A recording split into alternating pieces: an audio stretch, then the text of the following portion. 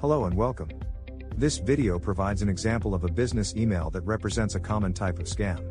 The video will show you what to be on the lookout for in emails of this type, and what to do to prevent yourself becoming a victim. Let's take a look at the email to highlight some of the issues. The first indication that this email isn't genuine is the sender's information. At first glance, it appears to have been sent from a Gmail address. Closer inspection reveals that it was sent from grnail, which is designed to look like it says Gmail. If it were a legitimate Gmail address, you would also expect the email to have a .com domain, rather than the .world domain we see here. You would also expect a message coming from a staff or faculty member to come from a UCR email address, as displayed in the signature block of this email. The fact that the sender's email address is different from their stated address should also be cause for concern. UC staff and faculty must go through UCPath to make changes to payroll and personal account information. You should not respond to unsolicited email requests that don't follow UC policies and procedures for business transactions. Sensitive personally identifiable information, or PII, should never be transmitted via unencrypted email in accordance with federal statutes. This means that you will never receive an email that either contains or requests PII. Emails and text messages that convey a sense of urgency should always be treated with extra caution. Including an urgent call to action is a common tactic in phishing schemes. The goal is to create stress and make you act without thinking. When you receive a suspicious message, you should consider whether it is even credible. If not, it is almost certainly a phishing attempt. Fraudulent emails will often impersonate seemingly legitimate people, such as faculty or staff members from the university.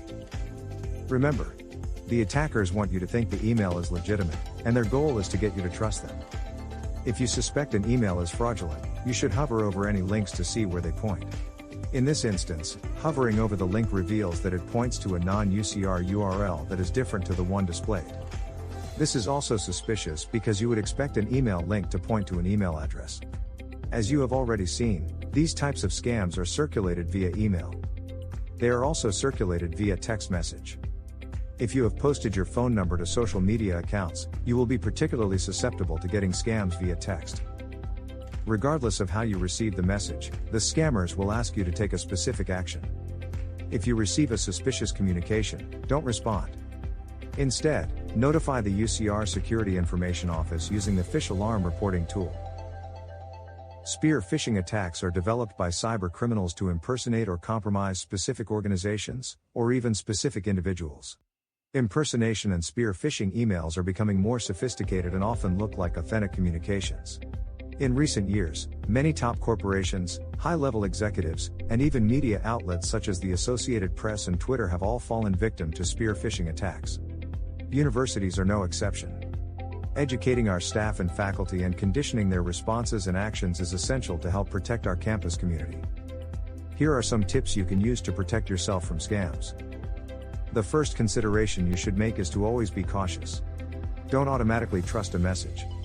Just because a message contains familiar logos, is sent by a person you know, or contains personalized information, it doesn't mean it is safe. You should always research your messages. This is especially true when they convey a sense of urgency.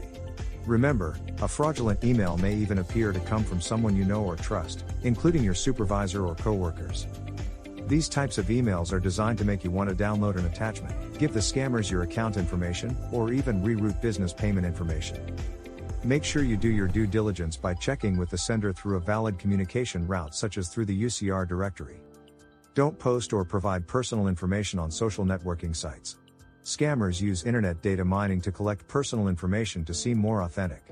Limit the personal data you give to strangers, and don't assume an email that includes personal information about you, or your coworkers and colleagues is genuine. Remember, just because a message appears to be from a friend or colleague doesn't mean it's safe. Cyber criminals collect very large lists of email addresses from online sources. When you receive unexpected messages with links or attachments, verify the sender is who they seem. If you do click on a link or download a file from a phishing email, contact Bear Help to see if there is any action you should take.